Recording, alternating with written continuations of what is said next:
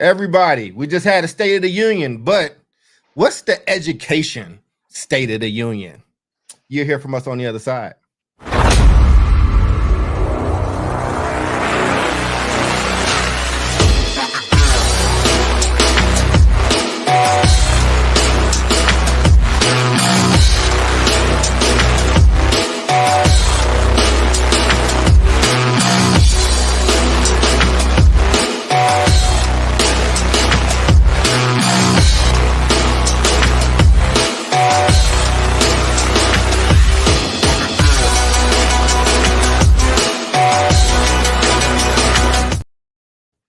And welcome back to another episode of South Star Classroom. For Jubilee and for our boy Omar, that is David, and I am Charles. It's us two today, but the team sends their love, and they are rocking. They are all over the country doing incredible things, taking time that they need, all that good stuff. But it's always a party when it's DJ Castillo in the house. He had a much hipper DJ name, but it slipped my mind, brother. What was the DJ name?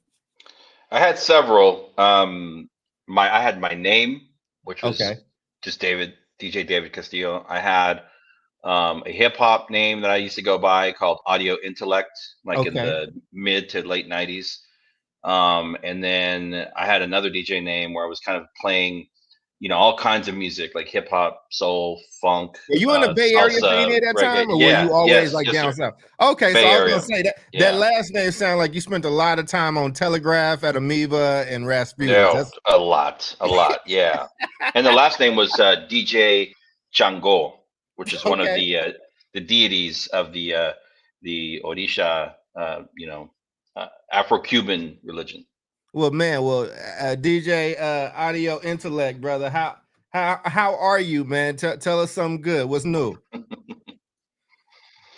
What's good? Let's see. I don't really think about it. I mean, I think on the personal front, it's still kind of related to education.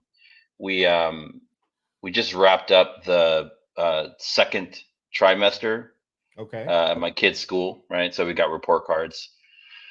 And I'll tell you, from the first trimester to the second, his grades overall have improved. A lot's improved. He's shown a lot of growth. I mean, even moving like a D to a C or a C to a B, that takes a lot of work, right? And he kind of did it across the board, and we'll get into it obviously later in the show, but like, I play an active role in his education and schooling, right? I think that's pretty obvious. And,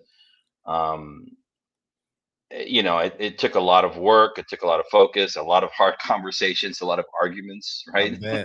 I bet. But like it happened, right? It's not impossible. And so there's that. So you want to recognize that. And then this other cool thing happened last weekend where and I don't know where he gets it from, maybe from his dad, but he we getting into it with. No, not that. Come on, man. He's part of a leadership group at his school.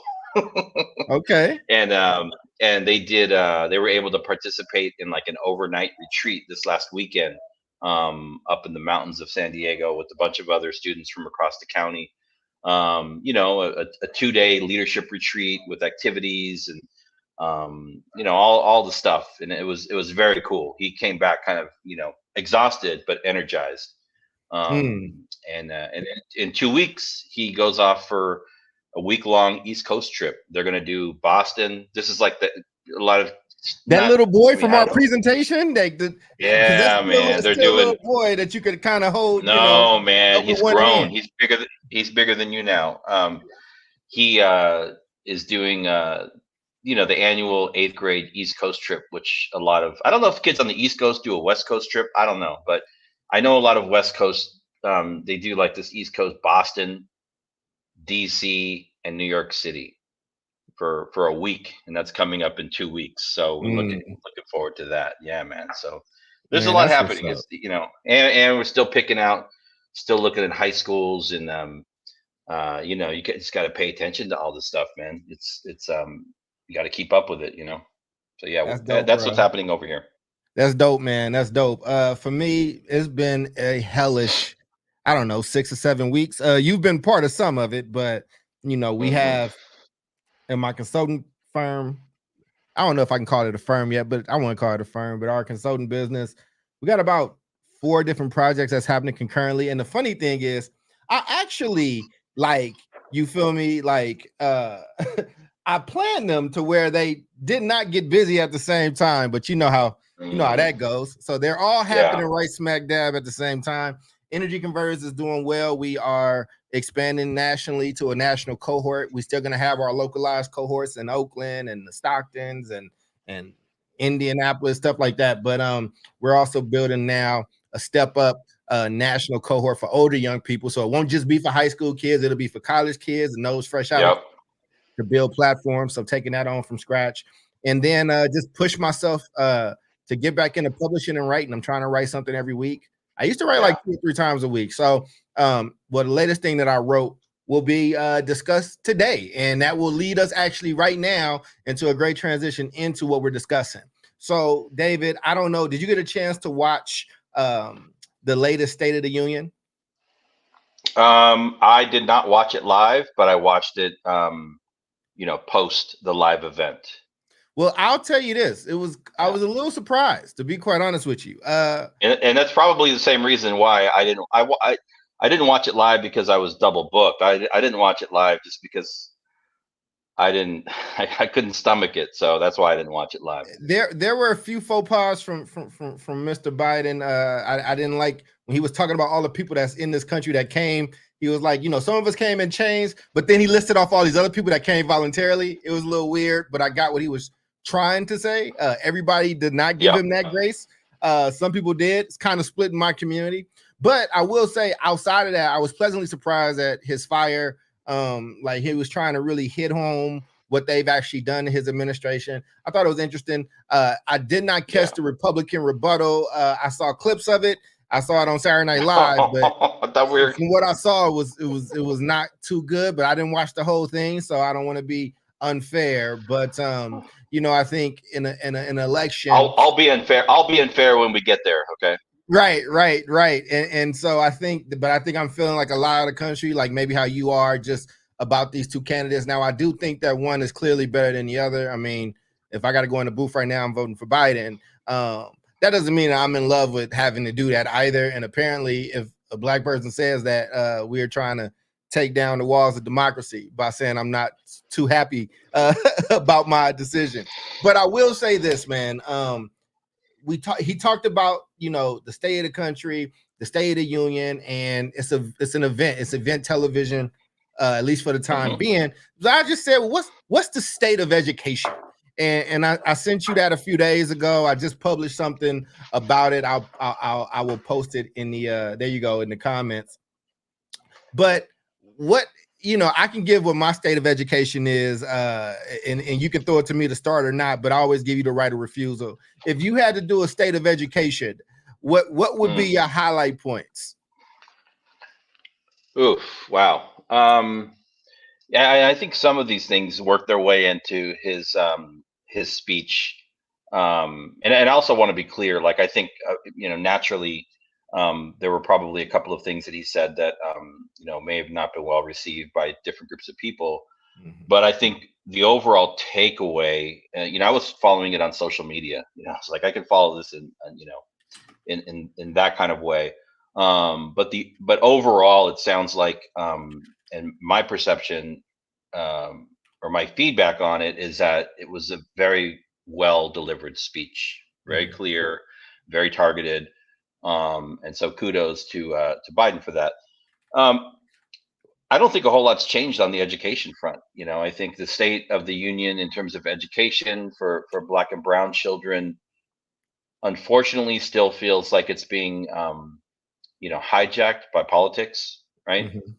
And so on the left, what we see is, or I wouldn't even say on the left, but there's a heavy focus right now on like tutoring, right? Supporting kids with tutoring and all these other things, but we're still not addressing the core issue of teaching, right? This is where kids spend most of their time with their teachers, and we're not.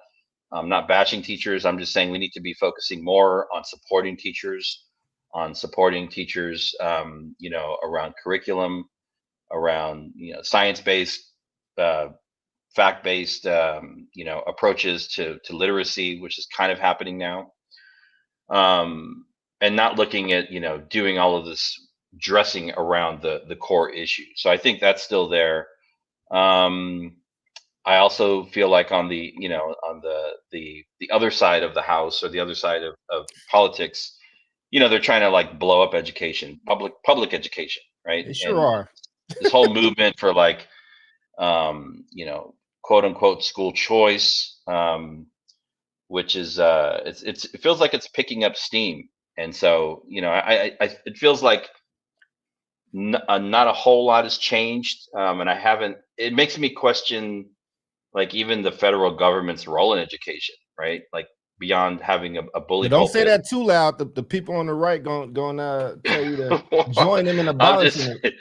I'm just saying, like, if they're going to do something, you got to do something. But it just feels like, I mean, I think the one interesting thing that we probably don't talk about enough, and this is getting into like the weeds, is all of the funding and the way that the funding is changing.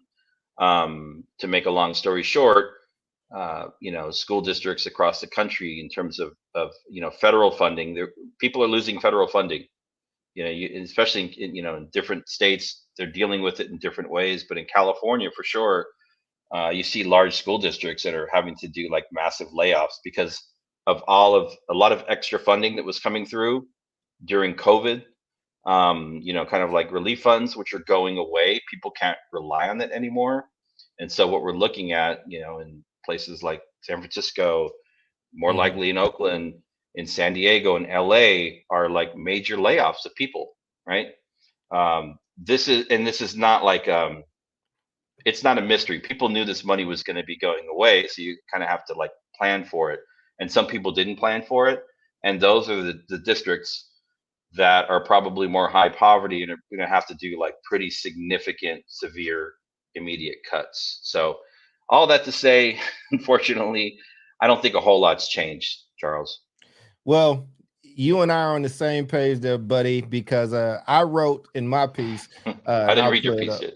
Yeah, it's all good. I called it the State of Black Education Union, and but it was the same thing that you just said. Like, I just quickly highlighted because, again, for not just decades, at this point, generations over generations, we've just struggled with certain things. Literacy, just for quick context, it was reported in 2019. 36.9% of Black students nationwide were proficient in 8th grade language arts, meaning reading on the 8th grade level, like everybody. And then in that same U.S. Department of Education, a different study, they talked about numeracy. And in that, we represent, Black people make up only roughly 13% of the country, give or take. We might go up or down a point, half a point, but we represent 26% of all U.S. adults with low levels of numeracy skills.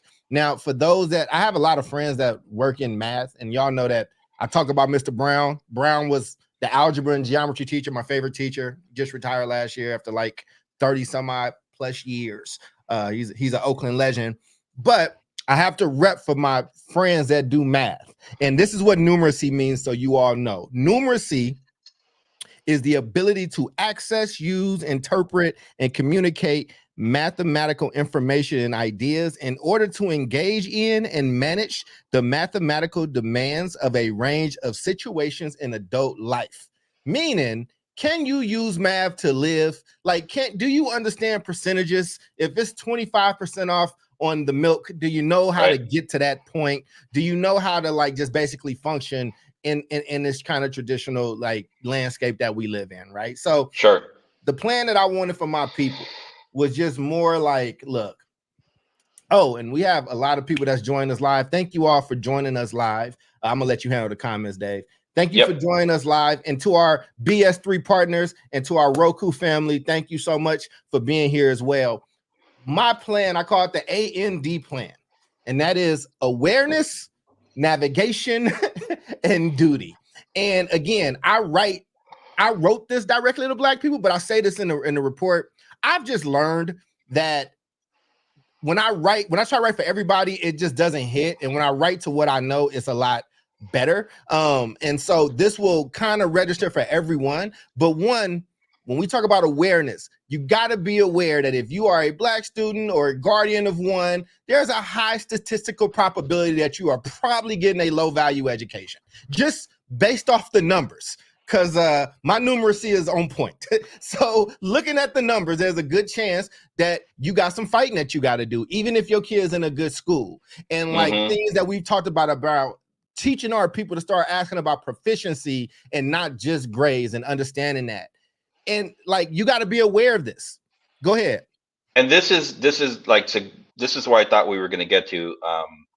But just very quickly, go ahead. Like with the work that, we've had to do in our home, to work with our teams of teachers and specialists at the schools that, our kid attends, that's all extra stuff, right? That's stuff because I know how to do this stuff, and I've done the work, right? And so I know how to kind of go in and how to get people's attention. I know the right questions to ask. I know how to get things set up so we're getting the right feedback from the school. But again, that's all extra. So when we're talking about, awareness, I think what I also think about is, what is that experience like for families that don't have that capacity, right? Or that know-how, right? And that's my big worry. Obviously, I'm focused on what's happening here in the home with the family first and foremost, but I also think about maybe, and we're talking about it now, what lessons can we share with people? Oh, well, you know what, my friend, it's actually in there. So you know what I'll do, because I know this is your first time seeing it. I will go through this kind of breezy, and then we can come back to certain parts and let it breathe, because what you're talking about is what I wrote about, which was how awareness rolls into navigation and navigational skills, which then rolls into your duty, right? Whether you got these skills or not. So you're controlling this, so you can help me out. So number 2 is people that are financially able. The plurality of people, meaning like large swaths of people. I didn't say majority, because majority is 50% plus 1. I don't know for sure, but I know that a good chunk of people that have good money are exercising their right to choice. Now, it might be called something else. It might be buying a home in a good zip code. It might be enrolling in private school. It might be having access to a magnet school. All of these things are different shades of choice. It just usually gets called choice when poor people decide that they want to utilize that stuff, whether it's charter schools or other, whatever the case is, right? I'm not here for the political conversation of it, but this is about awareness. And poor people have been made to feel that they're doing something wrong when they make decisions that may result in them leaving the current school that they're at. We put it on poor people to save school systems, as opposed to holding school systems accountable to actually save children. So you need to be aware of that this thing is happening, and those systems should be making you feel guilty if you are poor in this country. But then that goes to number 3. So be aware that regardless of the type of school that you're in, regardless if you're in one of those good private schools, a great charter school, an awesome traditional school, whatever, be aware, like, this is a full contact sport. The same way David opened this up about where his boys' grades started and where his boys' grades are now, and what him and his wife had to do in the role that they played to get there. Regardless of the type of school you choose, you gonna have to be involved. And so those are the things that we talk about. See, I told you we get to it, brother. Yeah. But that then leads, and I can go on and on. I wrote a whole book for free about it, but go ahead. I mean, this number 3, you're talking about it being a full. So what full contact means is, like, I'm not rolling up to the school and like tackling people, and nobody should. But what it means is, like, you have to, as a parent, make your presence known. Like, here I am. This is my child, right? And this is like when at the first or second week of school. And open that communication and ask those questions, so teachers know that you are paying attention, and that there's some Mhm. accountability, right? That's really what it is. That's the crux of it. And you have to do it early. Not to say that, like, I'm not pointing my finger towards any like malicious behavior. But teachers obviously get busy, and in a world of finite resources, it's important for parents to make themselves known, to be the squeaky wheel, right? And I'm talking right Absolutely. now about parents that have historically been disenfranchised, ignored by the system. Making yourself known to people, showing up electronically, showing up in person, making people understand that, like, you have an expectation of, you hold your child accountable. That's the job of the parent. But you also need, the school needs to hold itself accountable for things that it says it is going to do. Yo, I will just say this. I think you are spot on. I also think you should write the full contact education parent. I think that breakdown was great, and there's more content for you and in the trainings that Mm, you do. We just had a lot of people come into the show, so let me reset it. Right now, David and I are talking about the state of the education union. We are giving our state of the union. So I just went through the first part of that, which is awareness. Awareness. Now that you are aware, we are now rolling into navigation, because regardless of how feeble how this system is, and the system is always nameless, faceless, soulless.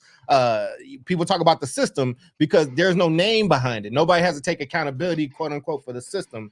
Now that you are more aware, you are still responsible for navigating this system, albeit however broken it may be, right? So one, you have to build a plan, a solid, attainable with time and time-bound goals in this plan mhm. that you want from the system. What do you want from this system? And let's be realistic, because if this thing has never necessarily freed us, if me as a black man, you as a brown man, and what we have dealt with in this country, what our parents have dealt with in this country, and what we've seen from it, maybe Yep. there's been an expectation of it that it just will never get to. So what can I realistically expect from this thing, and what can I take from it? Number two is to then build, rebuild, and or reinforce your village. Like, you need to utilize those nonprofits. You need to find wisdom. Find mentors. You need to extract that wisdom from your elders. You need to take advantage. Like, when you're talking about whether you have the skills or not, Dave, there are resources in your town that go empty. For instance, the library. Libraries are under attack, and a lot of people that are attacking them are utilizing the rationale that because ain't nobody using this, and that we can use this space for something else. So use those libraries while we have them. Museums, there's a lot of programs in museums that come with that or whatnot, right? And Hmm. whatever it is, parks, whatever systems you have in your local area, that needs to become part of your academic journey. It needs to become part of your navigational toolkit. And as you keep in tune with number two, you need to start planning your own field trips. Like, you be on a mission to just quarterback you and your child's education journey. So what does that mean? So you talked about this, David. Like, you've talked about in the past things you and your wife may have done with your kid. You've talked about like having to get involved and like do these things. And listen, I think it's so important to hear from David, because David has started and led schools. He has been in charge of teachers. He has been part and partial of a system that has not always liked him and that he has not always liked. And yet and still, even he has to deal and do these things for his own child. Like, nobody is exempt. Whether, let's say Yeah, you didn't go it's to true. college. Let's say you only got a high school education, and you might feel like it's your fault that your kid is not getting what they deserve at these schools. Well, now I'm showing you somebody that has Yep. secondary education, postgraduate education, that's led big systems or whatever the case is and been very successful at it, that got to do the same thing you got to do. So Yeah. I want to just make sure that we talk about that. I just put a highlight of this in this blog because it's a blog, David, but they can go and get the full free book that I go deeper into how to build out that navigational plan. But this Yep. is part of navigating, right? Like being a part of that your kid's school, going up there, being engaged, building relationships. And I might add on to it, but I just wanted to keep it very simple. But now that awareness and that navigation, that rolls into 3. That rolls into duty. So let me just go there. And because once you have that awareness and navigational knowledge, you got a duty to activate the things that you learned. And so what that means is you got to continue to push the system. And I always put system in quotations. And let me tell you why. As long as I've been in education, which is almost 20 years at this point, David, there's always this, everybody blames the system, even leaders of the system. Like the system, it is when something was, ain't it funny? Yeah, it's like that Spider-Man meme where everyone's like, you. The system has no face, baby. It ain't got no name. It don't have a soul. So let's put everything on it. But when we get that student that's a rock star, David, that's my student. That I did that. That's my teaching. That's my principal, and that's my superintendent. So, listen, man. And so the reason that I'm saying that, right, is that you need to know that is like, you need to understand that regardless of what that system is, you're going to have to push it. You got to push it to be better. I don't care if David got his kid into the most prestigious private school that serves every single need and detail David may have for his son and David's wife may have for their son. Like, they're still going to require his engagement. It's still going to require him to push. And if you really want equity, not internet equity, not Twitter equity, not that equity that people say so they can get clout on the internet, but true equity where, you know what, I don't want nothing special for my kid. I just want my kid to have a fair shake, and that they were behind because of a system, make sure that they got resources to match that, bring them up to speed on par with everybody else so it can actually be a fair playing ground. You got to push for it. And so you have a duty once you know better. And then 2, when you carry on from that, you need to be intentional. Number 2 is to be intentional with your critiques. What do I mean by that? Because the system is faceless, because it's soulless, you can't just stop spewing this system shit. It can't just be the system. What are you talking about? Who are you talking about specifically? How are they not serving you? Where is it inequitable? You have to name it. Think of it as you're going to the doctor. You have to tell a doctor specifically where it hurts, specifically what your symptoms are, what has happened. If you just go into your doctor and say, my body hurts, they're going to give your ass an aspirin and a lollipop and send you on your way. You have to to get and improve this actual soulless system, you got to start naming specific things that need to change and be different in it. And that was just an introduction, right? The rest of this is just kind of saying, look, I'm never going to attack. You can take it down. I'm never going to attack. I'm not attacking students, teachers, principals, superintendents. It's not an attack on anybody. There are people that get up every day and work very hard to go in and change lives of people. I'm not saying that they don't.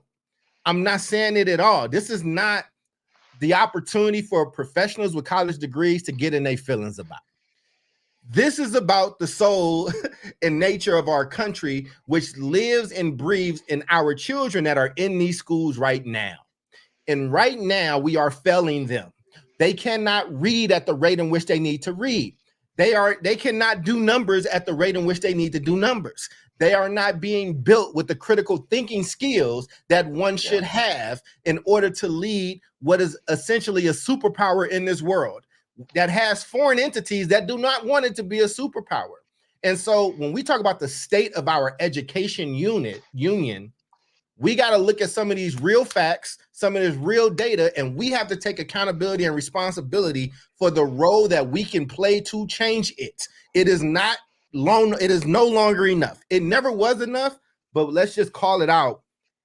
To sit back and just point the finger and say, that system sucks, this is wrong, that's wrong, without actually contributing it's a problem that will not solve itself. And the system is meant to sustain itself, not to sustain your child. I'm sorry.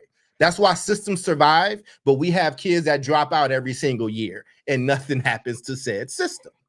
2, if you think with all the evidence, all the knowledge, all the data, all the facts about where our kids are, if you think that golden education is solely going to come from inside that school building, then you are sorely mistaken. And you are almost welcoming in the heartbreak that will come from that level of delusion. We can't keep doing that. I can't keep getting mad at the public school around the corner that ain't got the books, that all these things that y'all say the system is bad at. Like, so why do I keep putting my hopes and dreams that they're gonna teach my kid proper Black history? Why would David think that they're gonna tell the story of his Mexican ancestors that used to own the land that he lives in right now? Why does he think that that's going to be delivered to his kid with nuance right now and integrity? He and doesn't. respect. He doesn't. So the state of our union is in flux. The state of our union has an issue, and I don't want to be your leader. I got problems just like you got. I am not perfect. You do not have to be perfect to get in this game. You do not have to be squeaky clean the way that everybody lies on the internet that they are angels. All right? Like, you need the wisdom of your full village. And that includes the people that your village may have cast aside. That includes the people that may not be heard. That includes your elders that may not have that education, that educational acumen that you respect, but they can build a house from scratch. Because I know old Black people, old Asian people, old Mexican people, all these people, old white people, that they granddaddies and they great-great-granddaddies and grandmamas knew how to build houses from nothing. Like, so, you know what I'm saying? I don't have that skill set. Yeah. You know, I think I might be the generation right under me, might be the last generation where the fathers had the old beater car and would teach their kid how to get under that hood and do that. You can't do it no more. It's all computers. So that's my rant and what I was kind of covering in my State of the Union. You got any other thoughts before I go to our sponsor? Yeah, no, I mean, I think there's a lot of talk these days about the death of the public school system, right? You can see it. It's out there. There are tremendous attacks on public education, and we know where that's coming from. And I'm not just talking about people that like want to like pop up and start a charter school. I'm talking about a much more like national organized campaign, right? Hashtag Moms for Liberty. But I will say, like, and so going back to what you were saying, like, yes, I have, um, learned particular things based on my work experience in the school system and my experience of being a student when I was younger.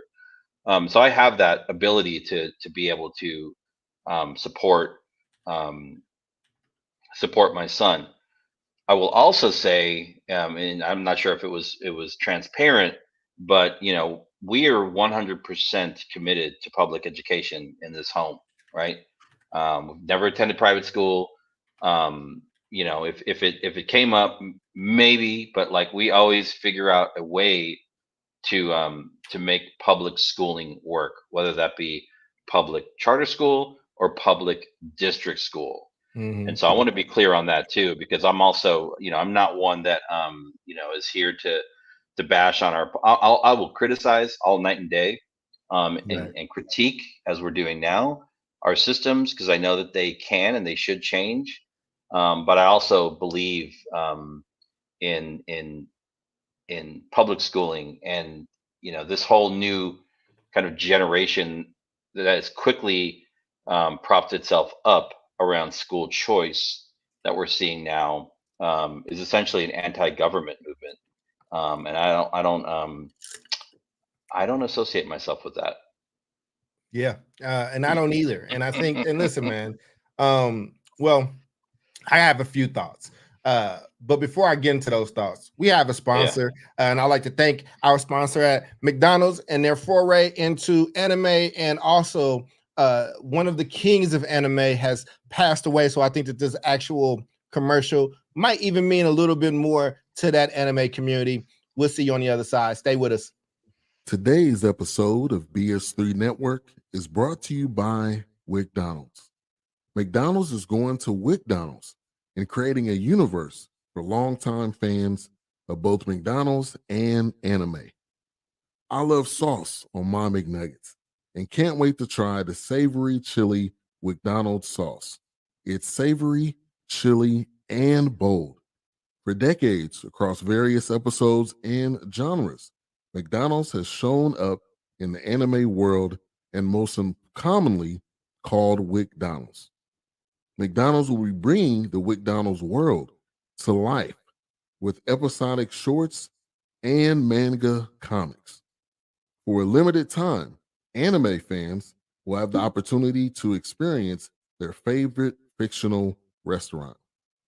You have until March 25th to try the new savory chili McDonald's sauce with your 10-piece chicken nuggets.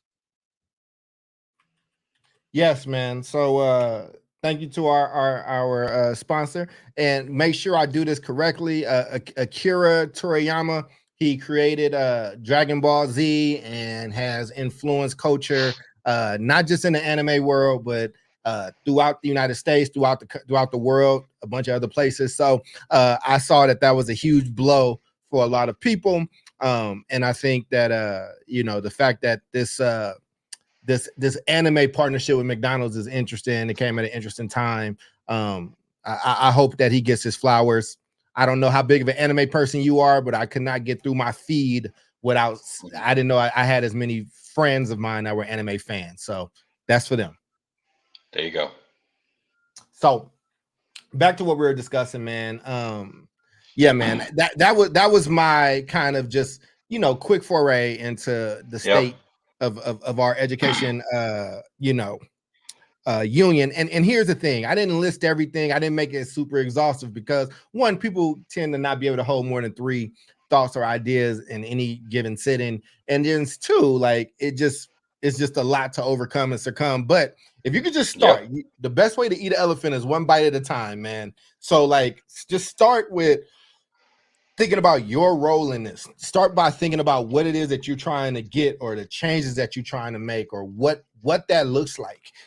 Because again, it's just no longer going to be acceptable or okay just to just be like, well, that's their problem, or they need to fix that. Like if it's your kid or your investment or you as a student, you need to be at the forefront and be a full contact sport player in your education and academic journey, or your families. That's my thought on it, and people can feel how they want to feel about it.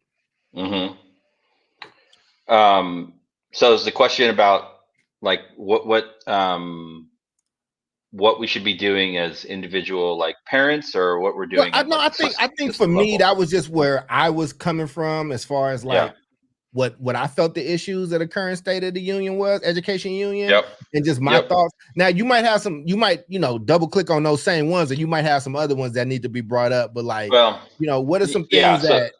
So I think one pot, and I'll keep this because I think this is really important. So not everything that came out of the pandemic was, or the the switch to remote learning and the school shutdowns was. There are a couple of things that we learned and that we changed behaviors on during that time that I feel we should continue to talk about. And so if you have children and if they attend public or private school, you get report cards, right? Mm-hmm. And report cards are based on assignments, tests, assessments, behavior, different participation, different types of things. There's a whole other show we could go into focusing on like what actually goes into grades, right? We're not going to do that right now, right. But that's existed and that will continue to exist. Grades are somewhat, a subjective thing, right? It's based on like teacher interpretation, all kinds of factors, right? So it's not quite an exact science. The one good thing that I feel that's come out of the pandemic is the rise of different types of like reading or literacy assessments and math assessments. So just focusing on like the 2 core areas where, I guess I'll drop some name brands, but like things like NWEA, mm-hmm. things like iReady, right? These are like name brand assessments, and there are more that students are taking now in numbers that we've never seen before, because I think school systems were like desperate to figure out ways to assess learning, right? When kids are mm-hmm. not in school. And many school systems have continued to adopt and use these practices, right? Which I think is a very good and a positive thing. So if you're a parent, in addition to like looking at progress reports and report cards, you should also be making sure that you're asking for any kind of reports mm-hmm. that are being generated by the different other assessment or testing systems, because they all generate some kind of parent facing parent-friendly report that generally comes in multiple languages, right? And they have tutorial videos and FAQs to explain to you. So you can look at a report card, and if your student's getting A's and B's and some C's, and then they take this assessment for reading or for math, and they're like 2 or 3 levels below their current grade, that's a disconnect, right? And so that should like raise the alarm bell for you to be able to like ask questions to your child's teachers about what's going on. Like, why is there a disconnect, right? Right. And so I think the data that's being presented, the information that's being presented from these different platforms, I think is really important and really critical. And if you're a parent, it can be an easy way for you to like enter into that dialogue. Like, hey, I thought my student was an A. I thought Charles was an A student, but his assessment results are showing that he's like two or three grade levels behind. What's going on, right? Right. I agree, and I think that also, in addition to that, right, it's like, so one, it is basically what I'm hearing you say is don't the ignorance that we may have about how this stuff works, it can't be the reason for us not making sure that we are in the game. Ask questions, Right. Get on these people's nerves, right? Like they should be able to explain it to you. Explain to me how this kid got an A+ in your class, but it's not on this reading level. Or wait a second, I asked you what my kid's reading level is, and you don't know. How much time do you need to know? Like, how are we teaching in an effective way if you don't know what level this kid is on as far as literacy is concerned? If you don't know what the numeracy level of this kid is, how do we know? How are we even making plans to do what we need to do, right? And we should not leave all that up. That shouldn't just solely be the responsibility of the math lead in the building or the English lead in the building or one person, right? Like that person's probably in charge of 3 to 6 or 7 teachers. So I just think that, like, I hear what you're saying, and I just fully agree on it. I think the other thing is there's a turn in education, and I think in this education turn, like there's a turn in technology regarding education, right? So you got these new technologies that are coming up, that are here, that are like in this joint. We got to get in the game. My homie Sharif, big brother friend, all that good stuff. I think he just wrote a piece about AI and tech and education. I know we've talked about it on this show a lot as well. We have to get in that game. If you're waiting for Apple to do it, if you're waiting for Facebook to do it, if you're waiting for Google to do it, it's not going to happen. And I mean, not to the level of fidelity let's just be honest. If they tried to do it, we would probably be critical of them not having the right people do it. I think the other thing too is, I'm sure somebody said when Malcolm X was alive, or Huey P. Newton was alive, or when Harriet Tubman was alive, or when Dolores Huerta was younger and running around and really active, or Cesar Chavez was young and active, I'm sure somebody said, man, what if everybody could learn from these people? What if we could take the lessons that these people are teaching and just mass spread it? Because we know we don't have the technology now. That TVs are not going to do it. The newspaper in Harriet Tubman's time is not going to go out to everybody. Well, now you do have social media, and we use social media for a lot of clown shit. We actually have the technology now to build the history curriculum, to build the ethnic studies. Listen to what I'm saying. You don't need permission from districts or states to actually gather and cultivate ethnic studies education or historical education. You can just do it. You can just build it. You can do these lessons at home. This compilation can be utilized in today's technology. I'm just saying, man, I'm not trying to, there's no blaming of the victim here. I don't see us as that. I don't see us as that. I see us as powerful people. And I'm saying this as somebody who went to 11 schools, whose parents was dope fiends until they wasn't, in and out of jail until they wasn't, who made a bunch of mistakes. I had to fumble through this education system. And even though my parents went through what they went through, man, they not a victim of this thing, man. Like, it is what it is. Like, now that we know better, how do we do better? We have come Right. in and built hip hop.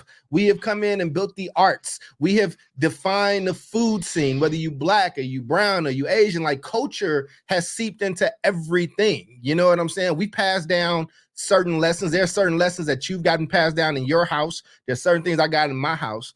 We have to cultivate that. And shout out to organizations like Reconstruction.us, led by the great, talented, and beautiful Kai Henderson, right? Because that's what she's trying to do. I think there should be a brown version of that. I think there should be an Asian version of that. I think there should be like a Settlers of America version of that. I think there should be like, listen, man, there's just the internet is so big and there's so much room. We got to utilize these things to actually help ourselves out instead of just using it to only critique. And those are my thoughts. That's my hot take. Yeah, no, I'm with you. I want to look at this because I understand what you're saying, and I agree. I think education begins and ends in the home, right? But when we talk about access to higher education in particular, right? And higher education, we know, can lead to access to opportunities of influence. And when we talk about people of color, we talk about black students, brown students. Let's look at this thing here. Yeah, so this is inflation. This is like this is even pre-pandemic, right? What this says for folks that are watching, and if you're watching, thank you for being here. Hit the like, make sure to share our stream on whatever platform you're watching on. This shows a general correlation of SATs, and I'm not an advocate for the SAT, but I will say there's something off here, right? When you see a correlation between SAT and graduation rates, right? In and around the late 2000s, with the dismantling of No Child Left Behind, we start to see a gap between with a rising graduation rate and an overall decrease in the SAT score, right? Which is a standardized test, right? You can say that it's a not a fair test. It's a culturally biased test. You can say all those things, but still, this is what it shows. And the SAT historically has been used to in college admissions, and it kind of a lot of colleges pushed back on it, and now we're seeing colleges kind of pull it back in. We're seeing that right now. Right. And I know you're seeing that, Charles. Absolutely. Yeah. So I think this, again, this is like an interesting thing. We're talking about, the state of education in the United States, and, what's actually under the trunk, what's actually happening because this gap is alarming, right? And these gaps, if you look at these gaps between graduation rates and SAT scores, for black and brown students, they're probably, we know that they're going to be way more pronounced, right? And I think this is the conversation that we need to be having nationally, not just on the Democrat side, but on the Republican side. However, people are going to choose to talk about what they want to talk about. So now I think listen, man, I think that we got to have a real conversation. And I think that I understand the people and how people feel about assessments, and they feel that the assessments are like biased, right? Like, and I get that. I actually don't have a beef with you having that beef. I will join you. What I would say is that we need some measures that are actually measuring, some measures that are measuring. Yes, we need that. We need to kind of see if where a young person is supposed to be in this country on a basic level as far as reading and numeracy is concerned. We have to have some type of litmus. And so, I think that we can build better assessments. I think that people are smart enough to build, these assessments that take into account and solve for some of those other things. And at the same time, those numbers that you just showed, that chasm is too big to just be that. It's too big to just be, well, those assessments are not, they're not culturally relevant or this, that, and the third. Like, well, Right, look, right. some of these math problems like don't have a narrative behind it. It's just the process of doing this problem, right? And so we need to figure that out. And here's the last thing I would say. I think that I've been part of a district. I've been at the top level of district, like right under a superintendent. I have no desire to be a superintendent, people, for the record. And I would watch, and I respect my boss because we never hid behind data. Data is what made us strong. It's what made us honest. It's what made it drove us to be able to do the job that was needed to be done, even if that meant that some adults would be pissed off in the process. Teachers, school leaders, I learned this actually as a social worker. I used to, David, when I was a social worker, my team would get a little mad at me because we do all these reports. We do our own assessments, right? We'll have the initial plan, if it's a reunification plan, or if it's a kid with a kiddo with behaviors, maybe they're on the spectrum or whatever. I would show them my plan. I would turn the document around. This is before everybody's carrying laptops. I would have out the paper and we would go through it together. Here's how we assessed you. Here's what we said. Here are the hurdles if this reunification needs to happen that you need to get through. And here's what people are worried about, right? And what it did is it might have been hard to hear for those clients initially, but it allowed us to actually build a bond and a plan and kind of have something that we could go back to and be like, we about to prove this all wrong. If you got a classroom that you lead and the numbers are abysmal, use it as a reflectory point and use it to activate yourself, your youth, and their parents, and hell, even their community, right? Because those are indicators.